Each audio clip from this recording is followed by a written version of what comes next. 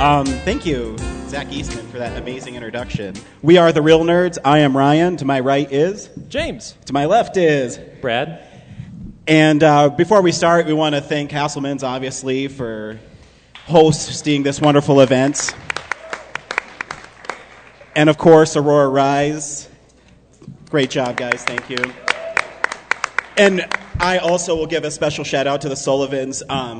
I was fortunate enough to meet Alex at Mile High Comics, and when we were talking in line, he was really cool, and he made me seem like a big deal. He's like, oh, the Real Nerds, yeah, you guys are really awesome. And little did I know that he would become our #1 fan, and he would tweet us constantly. And we went and saw the movie Brave, and we all were raving about it. We're like, oh, Brave is so awesome. Did you see her hair? Did you see it her? was so fluffy. And it was so cool. And you could see the strands. There was a bear. And, and so Alex had an awesome thing where he would tweet us all the time. And my favorite tweet we have ever received to this day is, it was really simple. It was from Alex, and it said, saw the movie Brave, it sucked ass. So he was not as impressed with Brave as we were. But that's okay. Everybody gets their opinion. Yeah, that's all right. Yeah. So if you don't know what we do, every week we go see a new movie, and then we podcast it to the world, and we have fun doing that. But we also do things in our spare time. And if you're wondering what we do in our spare time, oh, guess what, guys? There's video of that. Zach's going to go ahead and play that part for us. Oh, yes, that's what we do in our spare time. I know, everyone's like, oh my gosh, that's so awesome. Well, stay tuned, there's more. We also have some trivia going on tonight, so we're going to ask some questions to win some really cool prizes. Awesome prizes. Awesome prizes. Like you could walk home with your very own copy of Shark Octopus. It's Sharktopus. It's one word. It's Sharktopus. Yeah. I'm sorry. Before we... actually, I do want to bring Zach Eastman up here for an interview in a few seconds. But last week I told Brad and James that I was in Las Vegas. Right, guys? Yeah, you were out in the desert. That's your claim, yeah. But I actually was up to something. I was up to no good. And I brought this little clip to Zach here. And, hey, Zach, can you go ahead and play the clip I gave you? And this is what I was really up to. Wait, what's going on? Yeah, just watch, dude. Okay. It's better not be embarrassing. Hi, I'm Real Nerd. I'm Ryan from Real Nerds, and I'm with the greatest comic book... I'm with the greatest actor of all time, Mr. Robert Downey Jr. First question, Mr. Downey Jr., when I asked you to do this interview, what did you think? I was surprised and delighted. Really? Wow, thank you.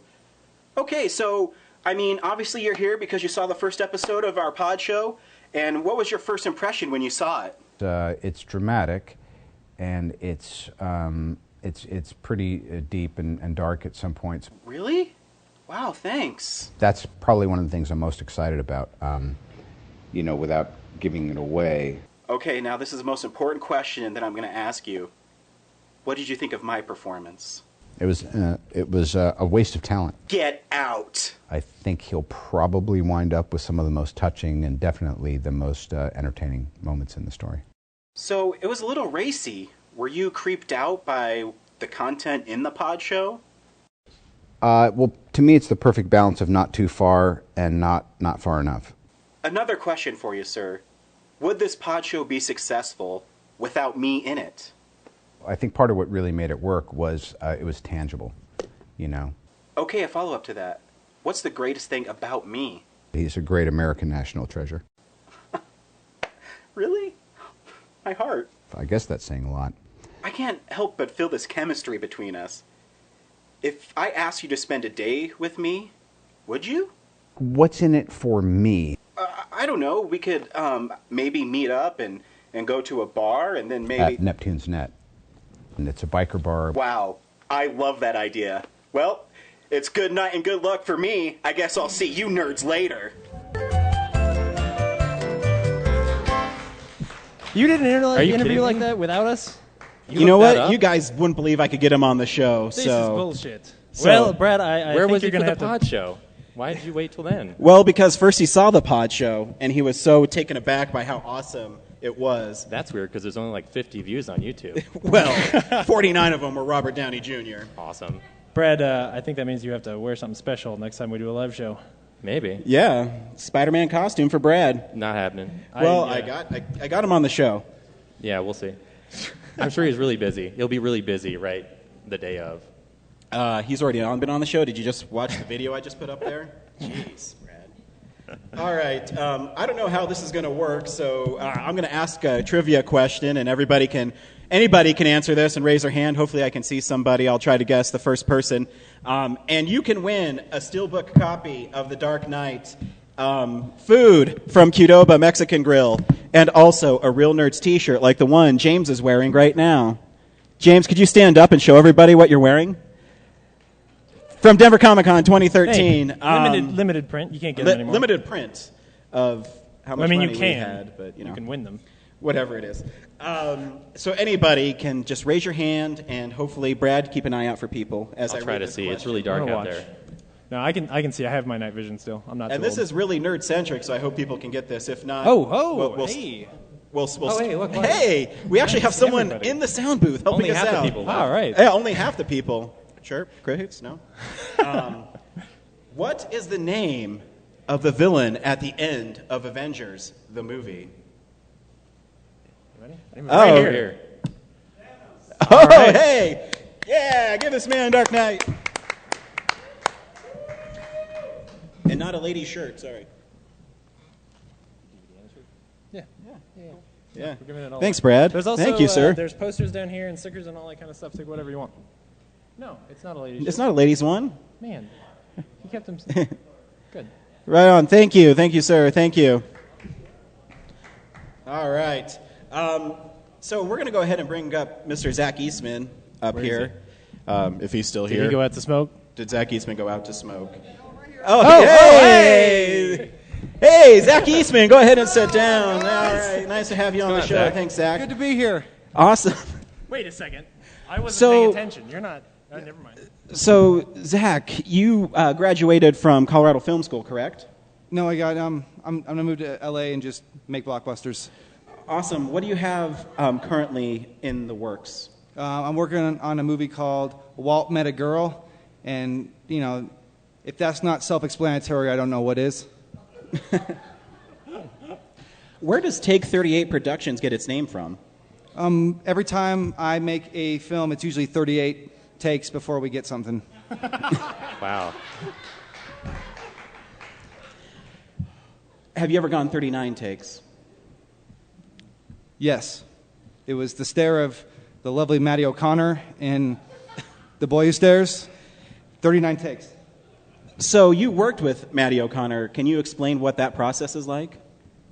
He's a beautiful boy. Well, can I bring out the real Zach Eastman to explain everything? Yeah.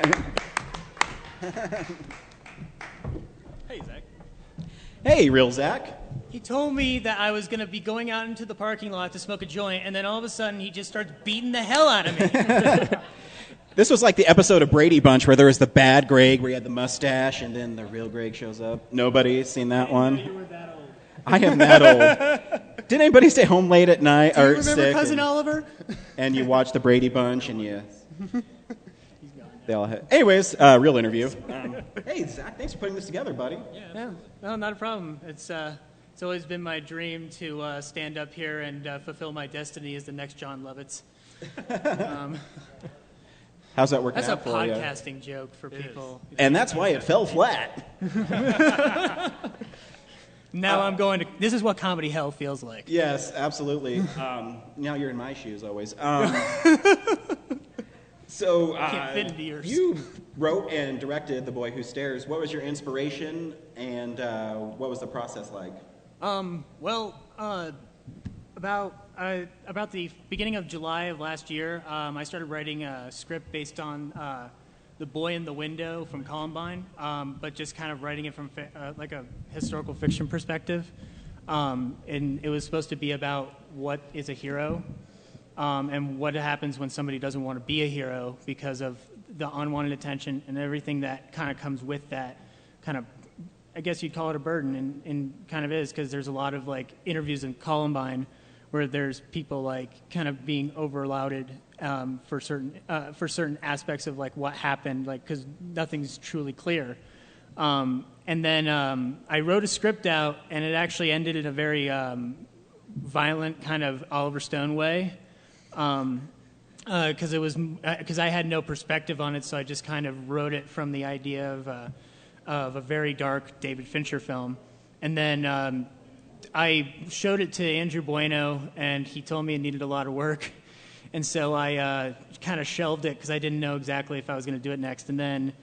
About two of my friends and I went to the Century 16 Theater to go see The Dark Knight Rises at midnight, and we all got evacuated. Right after that, I kind of like I still didn't know what it would feel like to be in that kind of position because I didn't get shot. I didn't like nothing bad happened to any of me and my friends. We all got out fine and safe, but it put another perspective on it. So I went and changed the ending and just started developing it from there with Spencer Kane. And he and I kind of took turns kind of looking at the script and figuring out essentially what works, what doesn't work, what's real and what's not real within this kind of scenario or situation. Sorry, when you're on set with a pretty serious, I mean, this is a heavy movie. I have to thank you for making us come up on stage after the whole room came down. But when you're on set making a dramatic movie like this, how is that different from making a comedy? Do you intentionally try to make? Because I was on set for the film for the scene with Sam, and everything was very quiet and everything was very sterile. And I wonder, is that intentional, or do you try to break that and keep people with a little bit of levity, or what does that balance look like? Well, the first thing that you want to do is not have Matty O'Connor on set, because he'll just start dancing around like he's doing an Irish dance. I try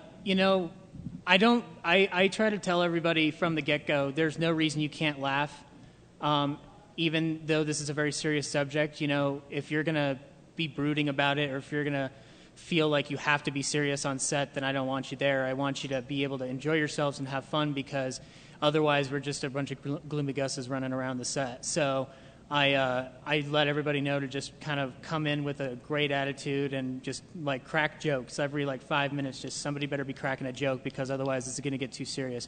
But once I call action, everybody knows that I'm looking at the monitor and I'm looking at a very specific image that I'm trying to kind of form in my head and with the performances. So, you know, people know when to behave and when to goof around, and you know, there was a perfect balance to that. So it created a very nice atmosphere.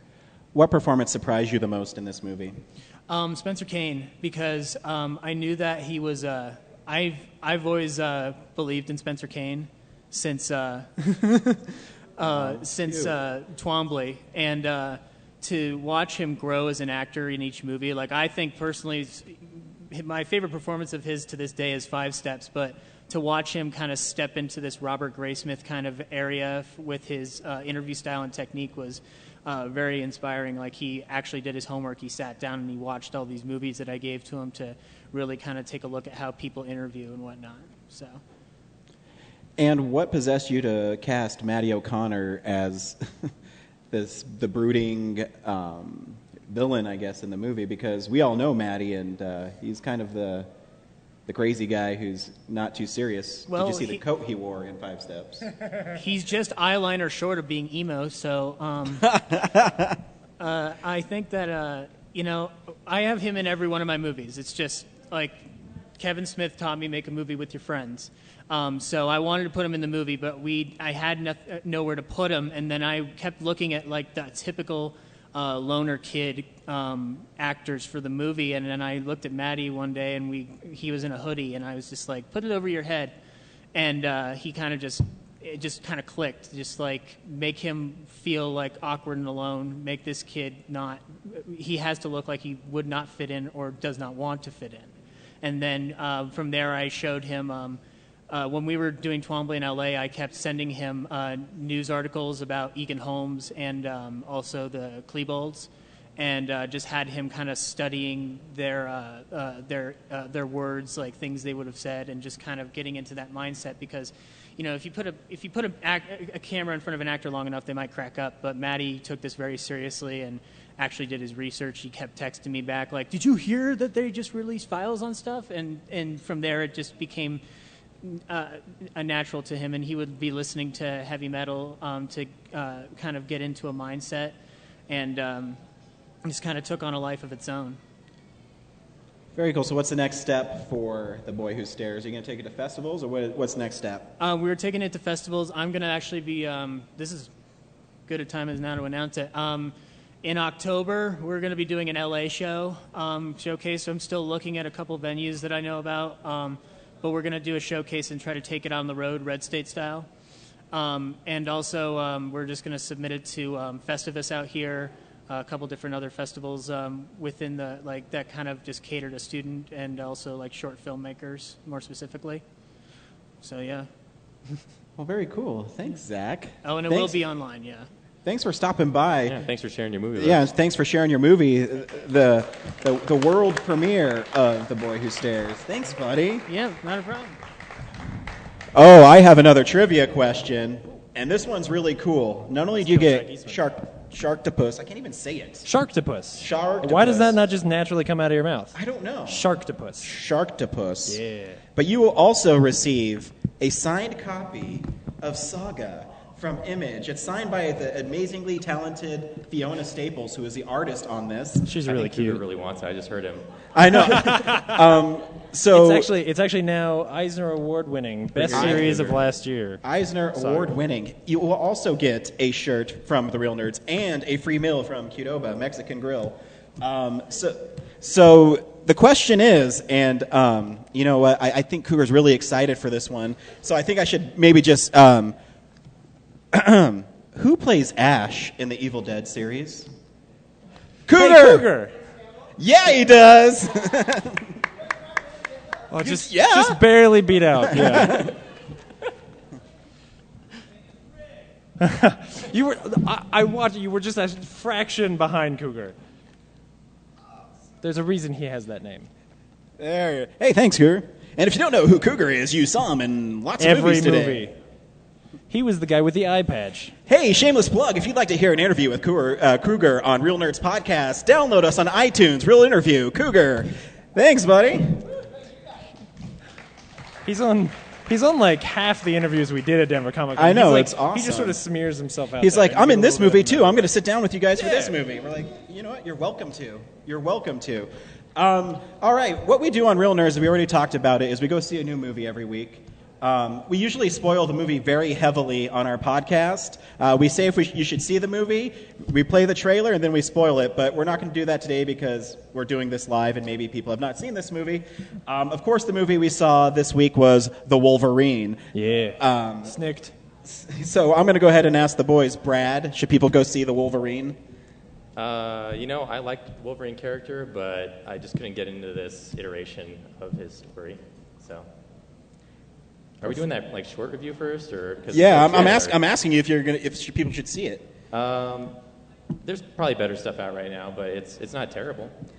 James, I had fun with it. There are lots of scenes where he knifes fools, and I think that's cool. Anytime that you have a guy with blades for hands fighting ninjas, I'm there. It's not. It is maybe not the best it could be, but I still really enjoyed it. Yeah, I thought it was pretty cool. Let's go ahead and roll the trailer. Oh, wait, we don't have a trailer. I'm just kidding. What was really cool about this movie, and which I think is really cool about Wolverine as a character, is he is able to do things that other superheroes cannot. In this movie, he kills a lot of people. Yeah, he cusses. He doesn't care what happens to him and or anybody else, unless you're a grizzly bear. And then he will track you down in a bar and he will kill you. It's true. It's interesting. I thought like, this movie is harmless. Nobody's going to be terribly offended by it or anything like that. And then I went to work and there was this guy at work who was like, I saw that. I almost walked out. And I thought, really? What movie did you see? And he had an interesting argument. So if you're going to this movie and you think, it's an X-Men movie, no, it's not. It is very specifically a Wolverine movie, so much so that there are only 3 mutants in the whole movie, and one of them you never see her power. Like the one who can, see into the future.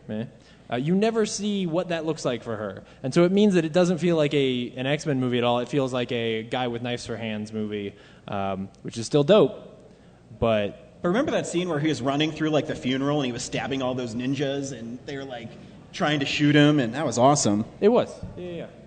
Yeah, but there's like a whole hour of the movie in the middle where he's just taking care of this girl who's being hunted by all these Yakuza, and, you know, they have boring conversations between, and there's a beginning and there's a climax. And then he goes to a village and he fights a bunch of ninjas. But it's not boring conversations. He learns how to use chopsticks. Wolverine needs to know that. He does. And Right, he, maybe not. Chopsticks for it. Maybe He just not. like use his claws and like dig in. Like he's got 3 chopsticks. All right, you're right. Fine. Well, he can't use his fingers to cut things. His blades just go out. They don't like Yeah, you can just scissor. That's not how the blades work. Fumble and get them to stick together. Yeah, that He's doesn't. like, How are you going to eat lo mein with that? Yeah, you could like twirl it up.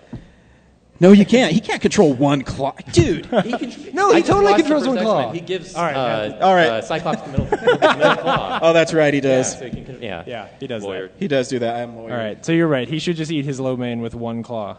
He really should. This movie sucks, man. No, it doesn't. It doesn't suck.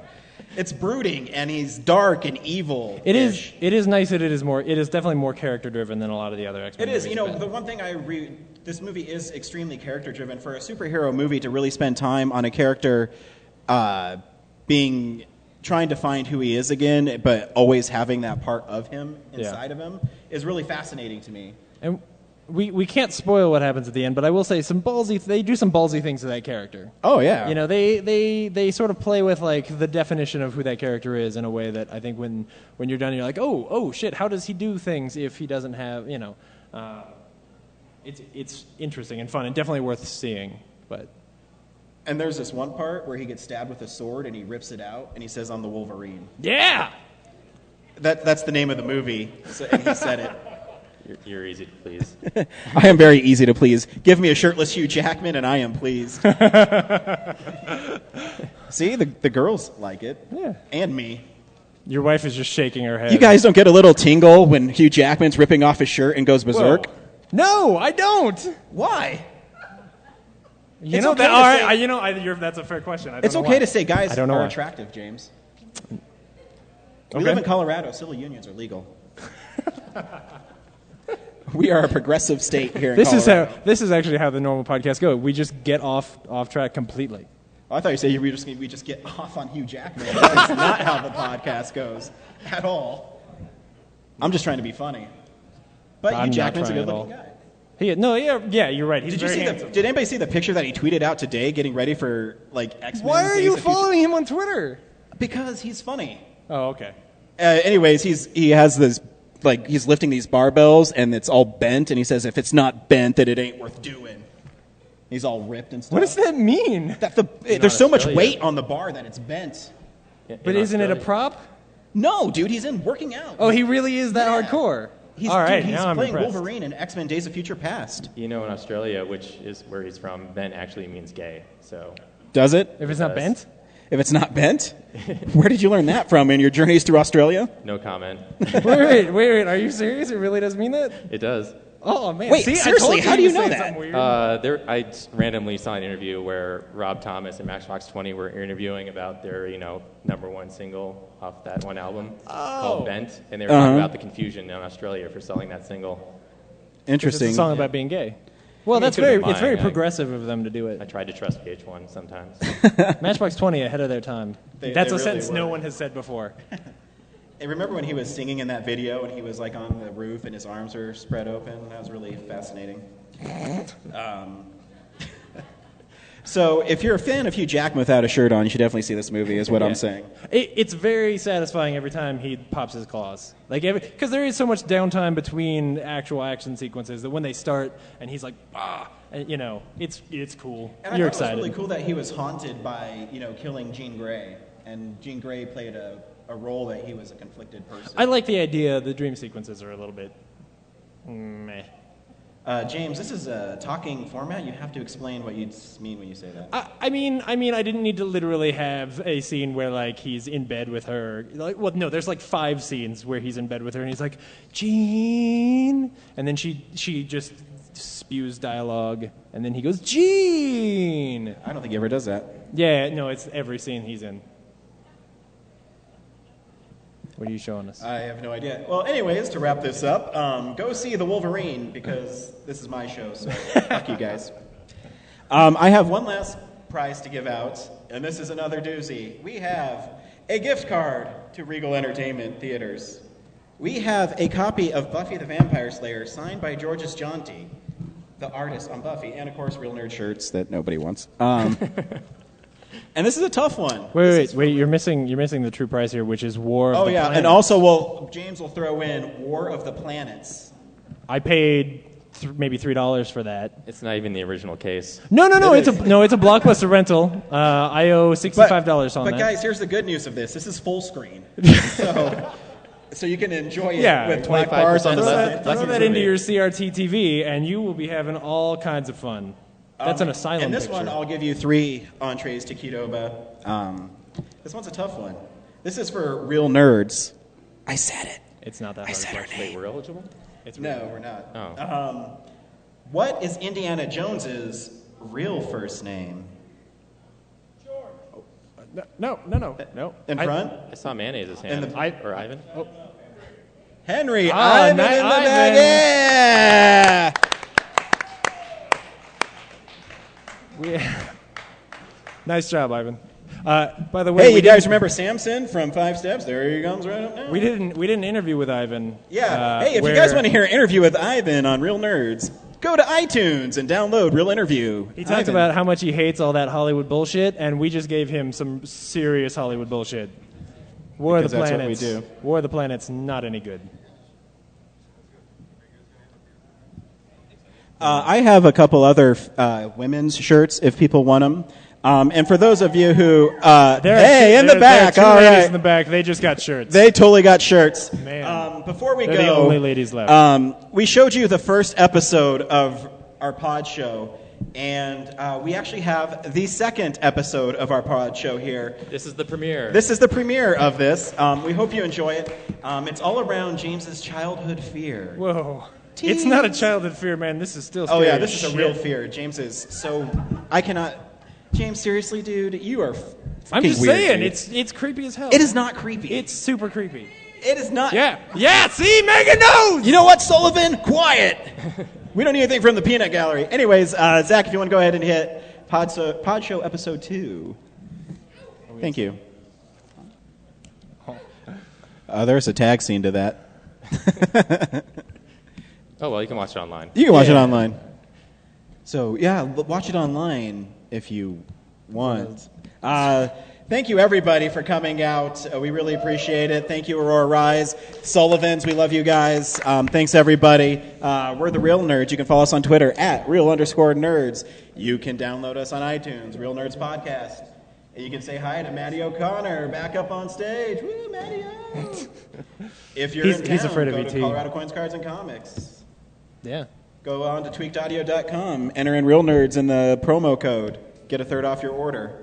What else can I promote up here? I don't know. iTunes, Stitcher, we're on Oh, yeah, there. we're on iTunes, Stitcher. You can go to our website, realnerdspodcast.com. Yeah, that's the big one. Yeah, that's a big one. We have lots of articles and stuff up there. A lot of interviews with local filmmakers, Lot like of- Matty O'Connor. Yeah, Most Matty of them O'Connor's are on in there. this room. Oh, yeah. Okay, yeah. and also, the silent auction is over, so make sure you make your way over there and see if you won. Thank you, everybody. Until next time, bye. Bye. Say bye, Brad. Bye, live.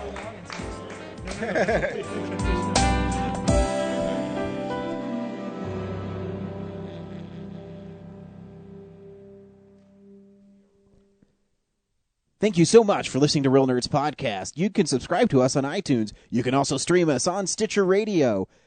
Email us, realnerds@gmail.com. Visit our website, realnerdspodcast.com. You can tweet us at real_nerds. Call us 720-6nerds5. Like us on Facebook. This has been a Nebulous Visions production. Until next week, bye.